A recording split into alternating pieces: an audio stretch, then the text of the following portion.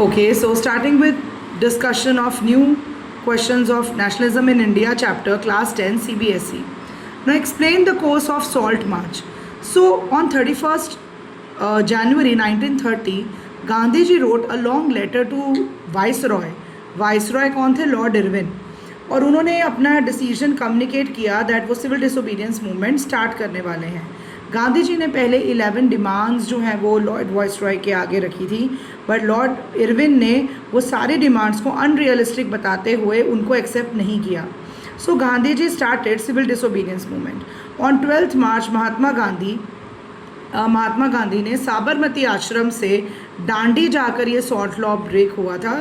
Started a march to Dandi, a village on Gujarat sea coast. और he was 78 volunteers ने उनको accompany किया और others also join the party. On the morning of 6 अप्रैल गांधी जी वहाँ पर 12 मार्च को चल के वो 6 अप्रैल को वहाँ पहुँचे और Gandhi ji violated the salt laws by picking up some salt from the sea water. Gandhi ji campaign against the salt law, ये जो पूरा कैंपेन था was a signal to disobey the government laws के जो एक्चुअली गवर्नमेंट ने सॉल्ट जैसी बेसिक चीज़ पे टैक्स लगा दिया था. This showed the very evil face of British के सॉल्ट जैसे चीज़ पे भी टैक्स लगाना. तो गांधी जी ने civil disobedience, they are not going to pay any tax, they are going to disobey. हम लोग सॉल्ट अपना खुद बना लेंगे, खुद मैन्युफैक्चर करेंगे. तो सी कोस्ट पे खुद मैन्युफैक्चर किया गया, बहुत सारे लोगों ने मिल के जो सॉल्ट जो है वो खुद बनाया. And this was a act of disobedience. The civil disobedience campaign involved defiance of salt law, boycott of liquor and boycott of foreign cloth and British goods of all kinds. Next important question is explain the progress of civil disobedience movement in the country. So let's see civil disobedience. What was the course of civil disobedience movement in the countryside?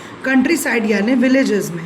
In countryside, rich peasant communities unlike the Patidas of Gujarat and Jats of Uttar Pradesh, उन्होंने बहुत actively participate किया. दे participate in the movement because उन्होंने economic depression जब आया था पूरे world में, सबसे ज़्यादा सफ़र उन्होंने ही किया था. उनकी cash income almost disappeared. They found it impossible कि गवर्नमेंट का रेवेन्यू की जो डिमांड है वो कैसे पे करें. सो दे हैड ओनली वे, और गांधी जी के सिविल डिसोबीडियंस लॉन्च होने से they had a hope. They demanded a reduction in revenue but government refused, उन्होंने मना कर दिया. तो बहुत वाइड स्प्रेड रिजेंटमेंट है. रिजेंटमेंट का मतलब होता है निराशा. These rich land lords participated in boycott programmes और they refuse to pay revenues. For them the fight for swaraj was a struggle against high revenues, but they were deeply disappointed जब movement को 1931 में the movement was called off और revenue rates कम भी नहीं हुए, revise भी नहीं किए, और वो बहुत डिसअपॉइंट हो गए. सो जब मूवमेंट वापस स्टार्ट हुआ तो बहुत लोगों ने पार्टिसिपेट फिर नहीं किया. Poor peasantry also, poor peasants जो थे उन्होंने भी लार्ज स्केल में पार्टिसिपेट किया civil disobedience movement in a hope जो उनका अनपेड रेंट है वो लैंडलॉर्ड्स को जो उन्होंने रेंट नहीं दिया वो रेमिट हो जाएगा. रेमिटेड यानी माफ़ कर दिया जाएगा.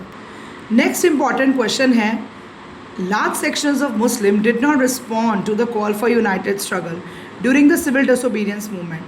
अब हमने नॉन कॉपरेशन में देखा कि Mohammad Ali, Shaukat Ali, because of that Ottoman emperor controversy, वो दोनों आके गांधी जी से मिले और एक फर्स्ट टाइम हिंदू मुस्लिम एक साथ ब्रिटिशर्स के सामने खड़े थे. Non cooperation movement was launched as a Khilafat movement. So after the decline of the non cooperation Khilafat movement, बहुत सारे section of Muslims they felt alienated, क्योंकि कांग्रेस जो था वो ज़्यादा हिंदू रिलीजन मतलब हिंदू नेशनलिस्ट ग्रुप बनता जा रहा था. हिंदू महासभा जो थी उनके साथ ज़्यादा एसोसिएट कर रहे थे. तो मुस्लिम्स को लगा जैसे दे आर फीलिंग, मतलब उनको नहीं इंक्लूसिवनेस फील हो रही थी. कम्यूनल क्लैशेस, मुस्लिम, हिंदू और मुस्लिम के बीच में बहुत ज़्यादा रिलेशंस ख़राब हो रहे थे. Community organise religious processions, militant favour, मतलब बहुत गुस्से में ये लोग रिलीजियस प्रोसेशंस कैरी आउट करते थे जिससे हिंदू और मुस्लिम प्रोवोक हुए.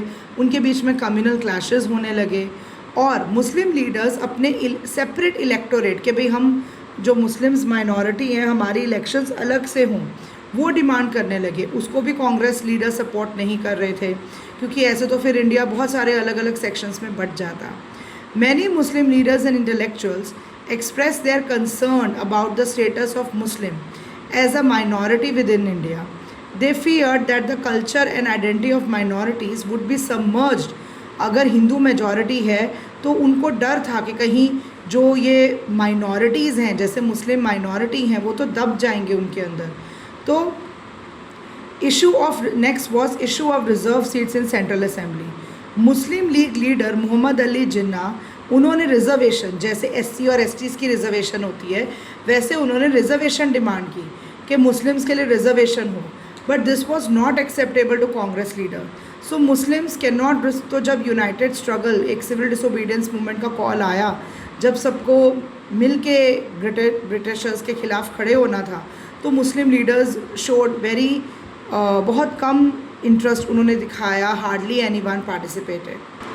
Now next important question is analyse the role of business class in civil disobedience movement. अब मुस्लिम्स ने तो पार्टिसिपेट नहीं किया, बट बिजनेस क्लास ने बहुत, हमने स्टार्टिंग वाले क्वेश्चन में भी देखा कि बिजनेस क्लास जो थी वो बहुत इंटरेस्टेड थी civil disobedience. They assured Gandhi ji also that वो फाइनेंशियली सपोर्ट करेंगे. सो उनका रोल क्या था? Business community was led by prominent industrialist जैसे कि mister Purushottam Das and mister G D. Birla. By opposing colonial policies, industrial class जो थी वो अपना बिजनेस एक्सपांड करने के लिए वॉट वॉज वेरी कीन यानी बहुत इंटरेस्टेड थी कि उनका बिजनेस बढ़े.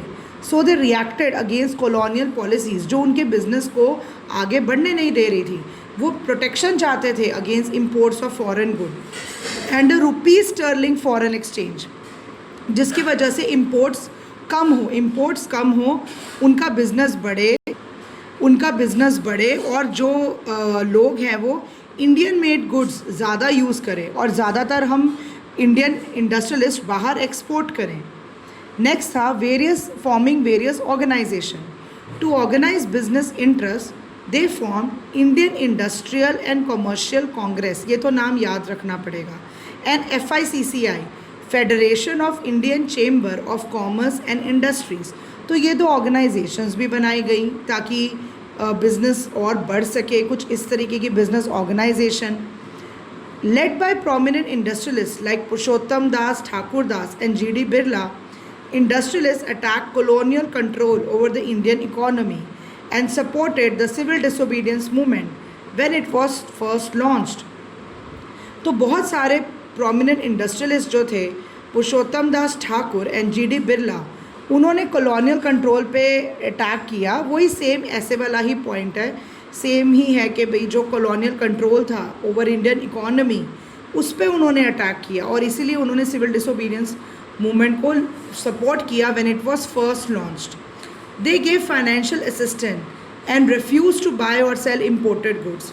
Most businessman came to see swaraj as a time जहाँ पर कॉलोनियल रिस्ट्रिक्शंस नहीं होंगी और वो बहुत खुले दिल से बिना किसी कंस्ट्रेंट्स यानी रुकावट के बिजनेस कर पाएंगे, ट्रेड कर पाएंगे. Role of working class. The industrial working class also participated in civil disobedience. In 1930, thousands of workers in छोटा Nagpur participated in protest rallies और उन्होंने बॉयकॉट करे कैंपेन्स को. तो ये सारे कॉन्ट्रीब्यूशन से वर्किंग क्लास के भी और बिजनेस क्लास के भी.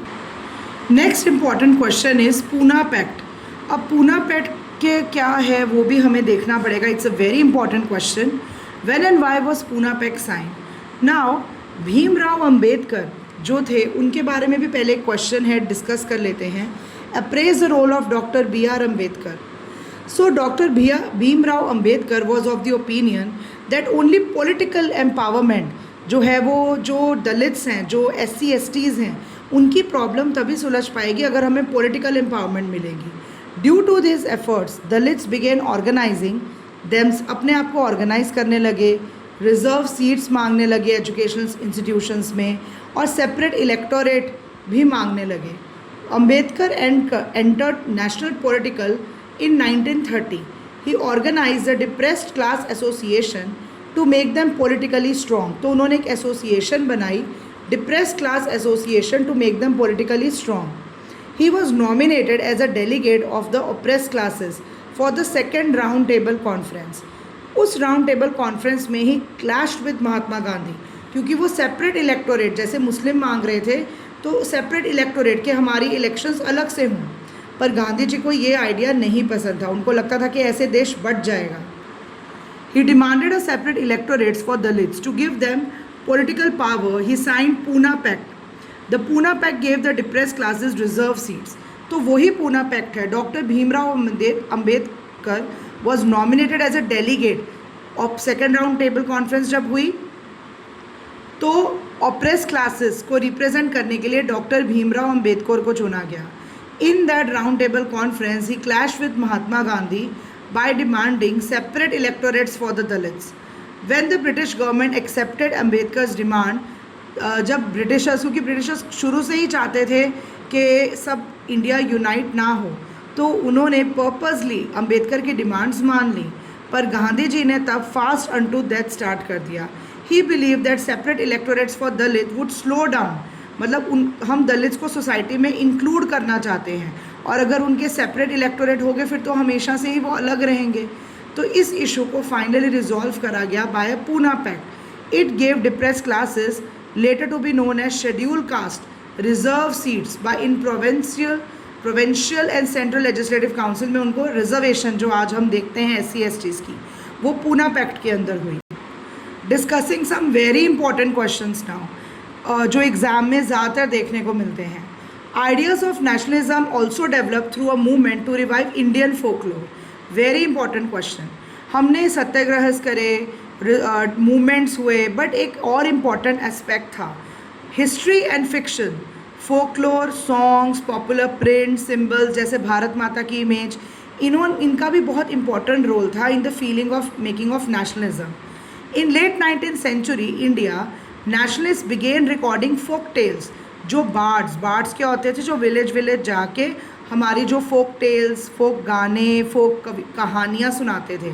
दे टूर विलेजेस टू विलेजेस उन्होंने टूर किया और हर विलेज के अलग अलग फोक सॉन्ग्स और लेजेंड्स गैदर किए। This was done to promote the traditional culture जो करप्ट हो चुका है, and damage by the western forces, जो वेस्टर्न फोर्सेस ने हमारा ट्रेडिशनल कल्चर को करप्ट कर दिया है, ताकि इंडिया अपनी इम्पोर्टेंस समझे, इंडिया देखे कि हमारी हिस्ट्री, हमारी पास्ट में इतने बड़े बड़े महाज्ञानी थे, हमारे जो फोकलोर में देर वर सेंट्स, आयुर्वेदा।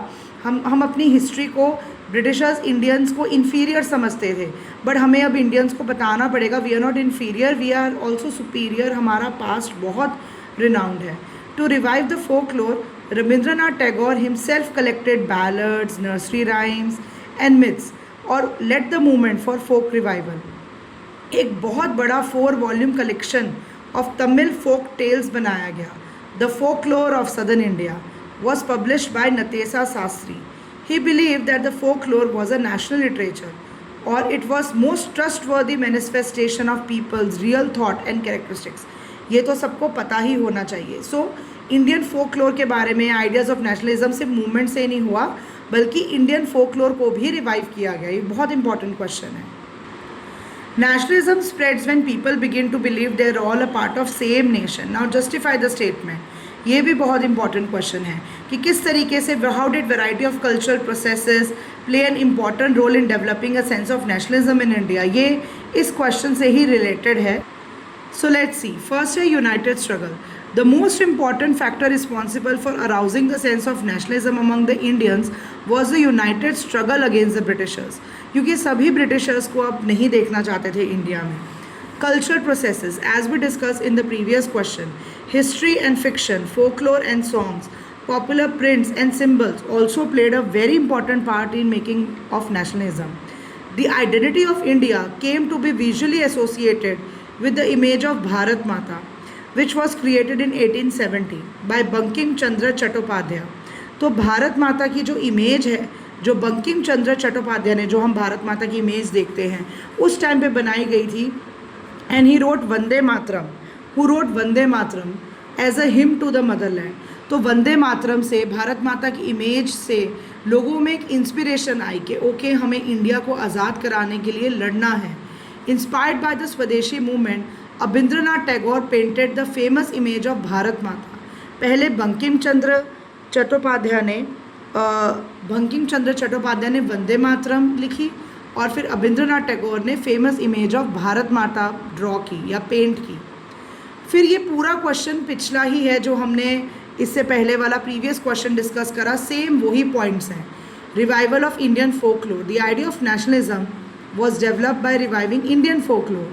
बार्ड्स जो थे वो विलेजेस टूर करते थे, वो सेम पॉइंट आप इसमें भी लिख सकते हो, ताकि एक ट्रेडिशनल कल्चर को जिसको करप्ट कर दिया गया है बाय वेस्टर्न फोर्सेस उसको रिवाइव किया जा सके। Reinterpretation of history. By the end of 19th century, many Indians began feeling that to instill a sense of pride in nation, Indian history had to be thought about differently. The British saw Indians as backward and primitive, incapable कि वो हम अपने आप को govern भी नहीं कर सकते properly. In response, Indians began looking into past to discover India's great achievements. They wrote about जो हमारे एंशियंट टाइम्स में ग्लोरियस डेवलपमेंट हुई मैथमेटिक्स, साइंस, हर फील्ड में, ताकि लोग जो है वो अपने आप को इन्फीरियर ना समझें, and they can be a United struggle.